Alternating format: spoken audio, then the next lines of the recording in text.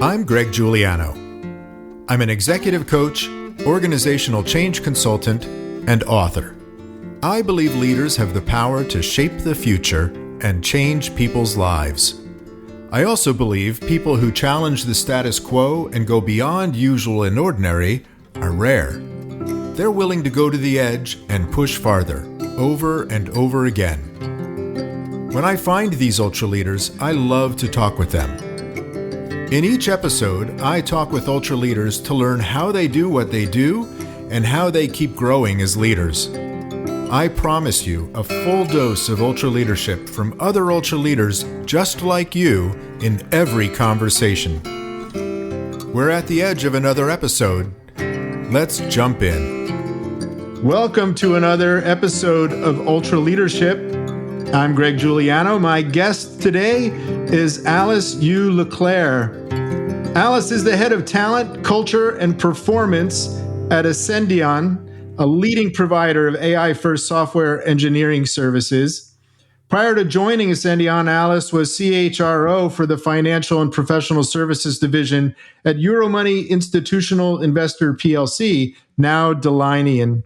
She's a progressive people leader who builds partnerships to achieve commercial success through targeted value creation and culture impact strategies that empower people. She works to optimize profitability and enable transformation for the business while balancing financial success and social responsibility. Alice is also a member at Chief, a private network of senior executive women helping other women to raise their leadership. She lives in my home state of New Jersey, where it's a beautiful day, and I'm thrilled to have you. Welcome, Alice. Thank you so much, Greg. I'm excited to be here and to be in conversation with you. I'm looking forward to it. And I just have to say, I love your new title versus your old title, because I'm all about, let's talk about people and culture, not humans as resources to be used. They're people to be engaged. So I love your new title. So I'm looking forward to talking with you about a little bit about that today. And I actually want to start there because you're the head of talent and people and culture. And a lot of transformation is about creating culture. In fact, I was just talking with somebody about culture yesterday, and I can't influence the whole culture at the company because I'm not the CEO. And I said, yeah, but you're the leader of a team and you can create a culture just around you on your team. And you can be a culture of one, how are you going to show up? So I'm curious, as you're leading transformation, a lot of it is about people and culture, right? That's the most important part of any transformation is how do we take care of our people and what's the culture we want to create in order to succeed at this transformation? So I'm curious, what's the biggest lesson that you've learned and that you're applying as you try to help your organization through transformation?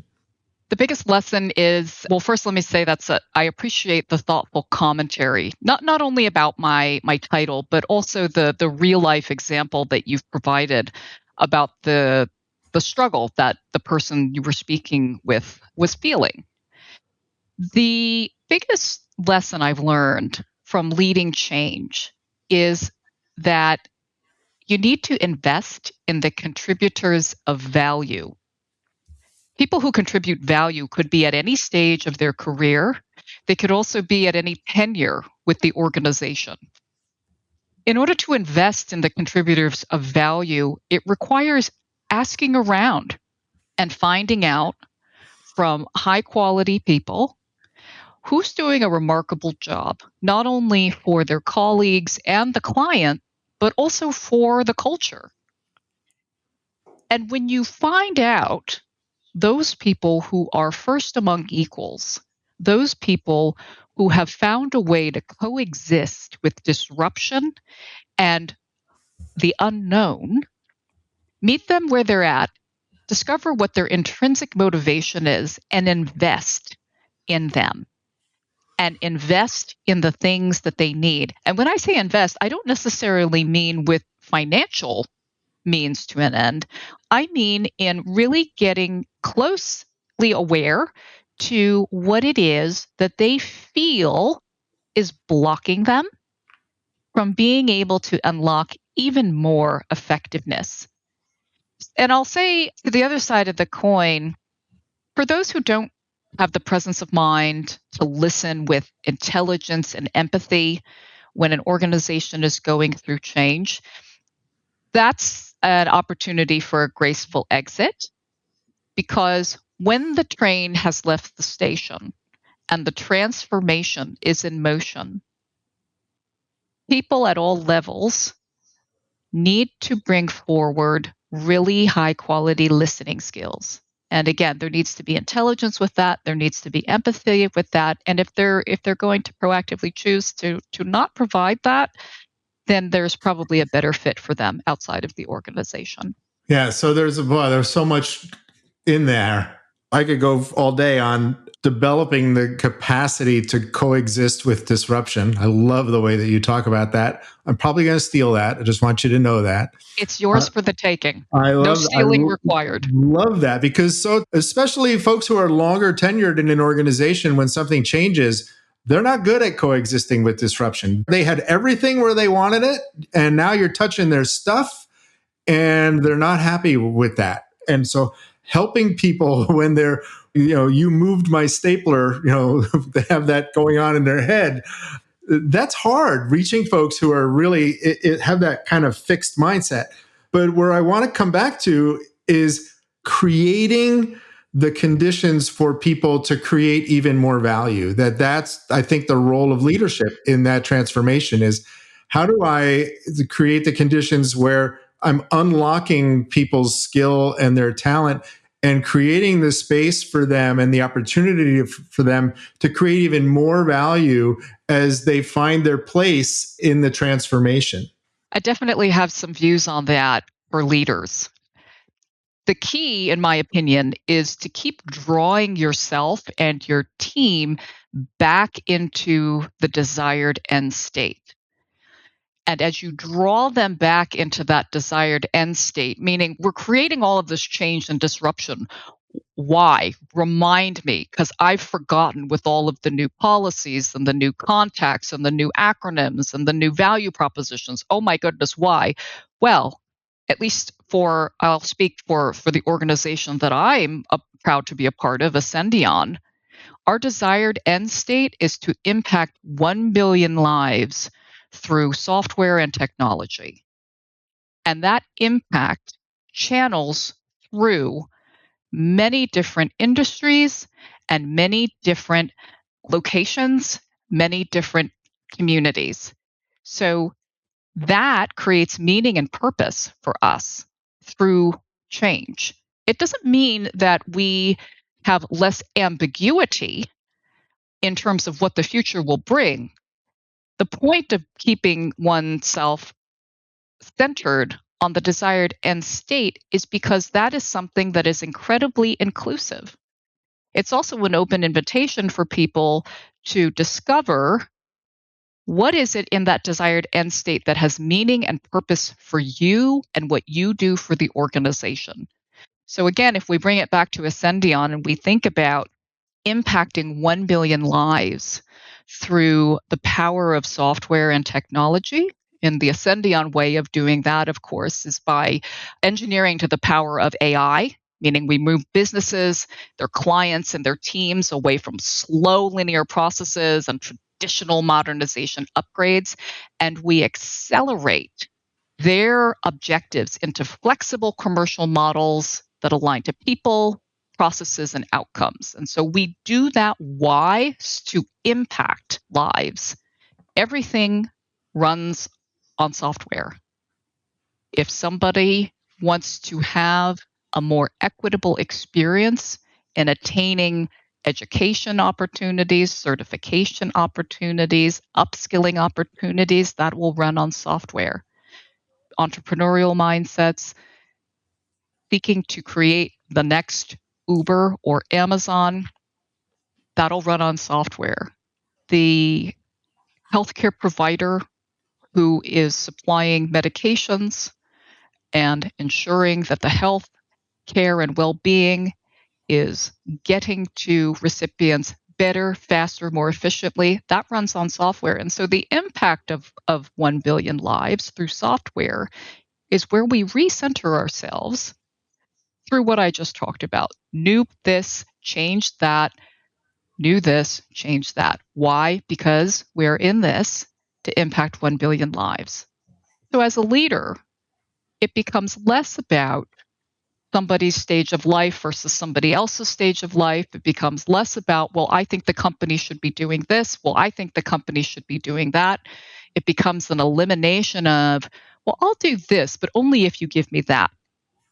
If you keep drawing people back to why the company exists in the first place and why and where in that existence change is imperative, then you're sharing in a story that affects everybody equally. And so that is where I get very precise when I'm talking to leaders. Keep drawing people into that desired end state. And then maybe as a sub bullet, I would say disruption is a difficult place. Let's acknowledge that. But it's also an opportunity to discover your inner Zen master, and people who look to you for leadership, they'll remember that for life. They'll remember the person who, through disruptive, transformative times, was a paragon for values-led leadership and compassionate, empathetic listening and desired outcomes across teams, leaders, and officers. The operating system. So the operating system that runs the software. So for me, as a leader, there are applications, there are things that I have to do. There's, tasks that I have to perform, and there's skills that I need to develop. I think of those as the apps that I can use as a leader. But the operating system that you're describing for the human being who's a leader, the core of that is really empathy. That's the number one skill for successful transformation, is being able to show up with empathy to help people find their place in the transformation. You're an ascender already, Greg, and you just don't know it. Deeply empathetic is one of our 4 core values. The other 3 being boldly optimistic, relentlessly curious, and an ally to clients and our people. So well done. And we look forward to having you join our talent constellation of ascenders. I love all those words. It all resonates with me. So I am like ridiculously optimistic. It's all possibilities. We can make anything out of anything. So you spend a lot of time working with younger leaders. You're very young yourself, but when you're sharing advice with, early career folks joining your company, or somebody stepping into a leadership role, we want to reward somebody. They create tremendous value. And the way that we reward folks sometimes is we say, hey, you're great at what you do. Here's a team of people. If you're advising somebody, you're just not just throwing them to the cold, go figure it out. You're advising someone they've just gotten a team. What's the advice that you find yourself sharing with them on repeat? Number 1 is stand tall in the facts. Humans are really complicated, and that's okay. Humans are also opinionated. In the era of work that we currently live, those opinions can be very public. They can be forever on the internet. They can also take on a life of their own in your company's culture. But if you are a first-time people leader, your North Star is to stand tall in the facts. Bring people back to what are the facts of what happened, of what was said, of what the circumstances were, of the broader contextual nature of it. And also, when you stand tall in the facts, you are able to bring forward some of the most critical strategies that the organization is wrapping around its aspirations and ambitions, versus trying to create a subset of cultural norms and policies and processes. It's best to help the team find stability in things of a factual nature. The second thing that I would say is shift your financial outlook As a people leader, you're going to see your time run away and no longer be your own. And so it may be a new skill to look at the company's financials from what people want to what delivers the most value for the organization.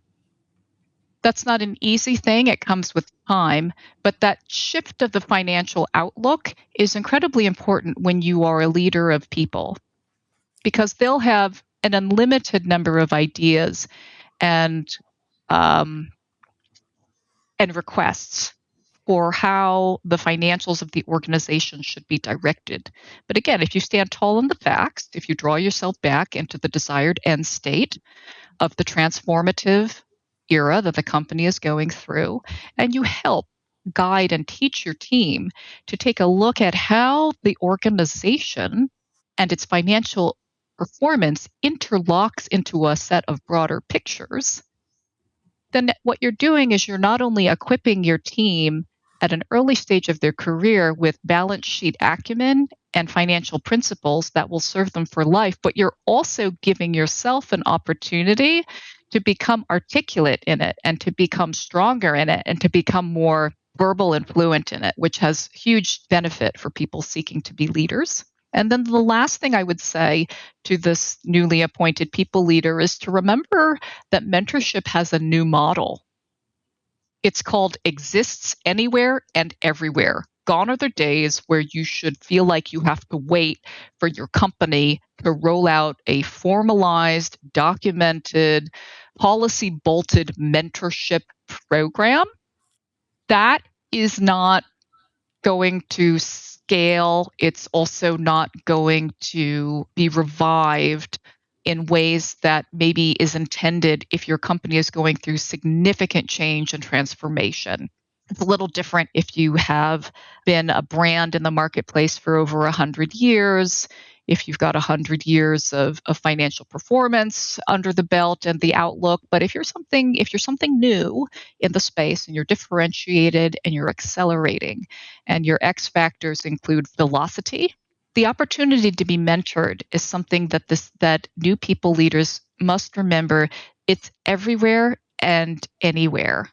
And the wonderful thing, as much as we may criticize and lambaste social media, and it's oftentimes for good reason, but the wonderful thing about social media is that you now have 24/7 access to some of the most successful leaders of capitalism, of psychology, of innovation and technology, anywhere and everywhere. Think about the traditional mentorship program. Could we grab a cup of coffee? Okay. Well, let's say you're grabbing a cup of coffee with, let's come up with a name. Let's say you're grabbing a cup of coffee with Satya Nadella. What are some of the things you would ask him? Chances are it's out there and published in multiple formats and multiple content sets what his views of 1, 2, 3 ABC are. And there you've got mentorship in the new model. Likewise, YouTube interviews, and it doesn't have to be a Satya Nadella. Let me clarify. It could be an influencer. It could be a elderly war veteran. It could be someone who has nothing to do with your industry at all. And I think this is one of the things I love about the new model of mentorship. Exists anywhere and everywhere. I've even been mentored. I'll be honest, years ago, I felt like I was being mentored in an interview because the insights and the articulated needs and strategic vision of this company officer that they were looking to solve for through the hiring of someone from the outside. I didn't realize it at the time, but I've so often referred back to those remarks that I realize that now I was being mentored, but it was in such an untraditional box that I didn't realize it at the time. And so I say that I can't emphasize that enough to people who are newly appointed leaders. Don't wait necessarily for that formalized company mentorship program. Feel free to go and explore anywhere and everywhere in terms of content and in terms of experiences where that mentorship may be discovered. Amen. That was it right there, right? Don't wait, right? As much as your company cares about you, no one's going to work harder at your development and your career than you. And all those mentors are out there. So be proactive. Don't wait for, to get an email saying, we want you to be in this program. We want you to do that today, right? What do you want to start getting better at today? And who can help you go connect with them, whether it's a real person or whether it's someone online. Like all this stuff is out there. So much out there.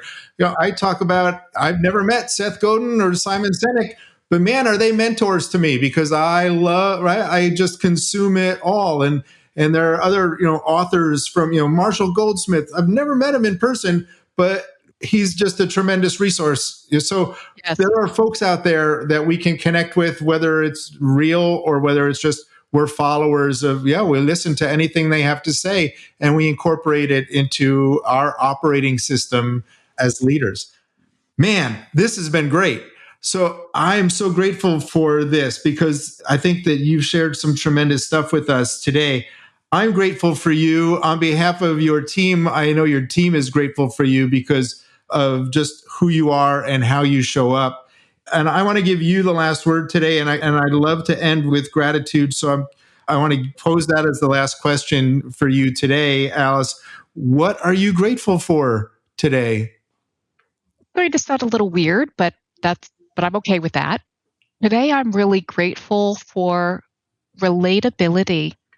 If you were not able to relate to anything that came out of my mouth in the past half hour or so, this conversation probably would have gone wildly off the rails and incredibly awkward and just a lot of blinking at each other and absent head nodding. But instead, I'm so grateful that you were able to relate to my point of view and to the things that I aspire for my team, for Ascendion, and for our industry and the communities in which we serve. So today I am most grateful for relatability. Awesome. So again, thank you so much for being here today. I really appreciate it. I've learned today. I got some terms that I'm going to steal and use. I will borrow and I will cite my sources. And I want to thank everybody for listening in. If you're enjoying our podcast, please tell your friends. We put out a weekly newsletter on LinkedIn. So you can find us on LinkedIn and get our newsletter that relates to all the topics that we talked about today. And you can find us, on our YouTube channel where all of our podcasts, we're on a number of platforms, but we're also on YouTube. And we have additional content there that comes out weekly, all in service of helping leaders get better at the important work of leading other people. It's a privilege and a great responsibility to lead. And so we want to do a weekend to help great leaders become even better leaders. So thank you to you for listening. Thanks again, Alice, for joining us. Until next time, please keep going to your edge, pushing farther, and keep working on getting better. Let's help one another do that. If you're enjoying Ultra Leadership, please take a minute and give us a review wherever you find your podcasts. And please stay in touch. Sign up for our Ultra Leadership newsletter at ultraleadership.com. Now, before you jump to your next meeting, I invite you to reflect on what you heard today. What stood out for you? What insight might you want to incorporate into your leadership practice? Until next time, remember, as a leader, you always have the power to shape the future and change lives. So go to the edge and push farther. Thanks for listening.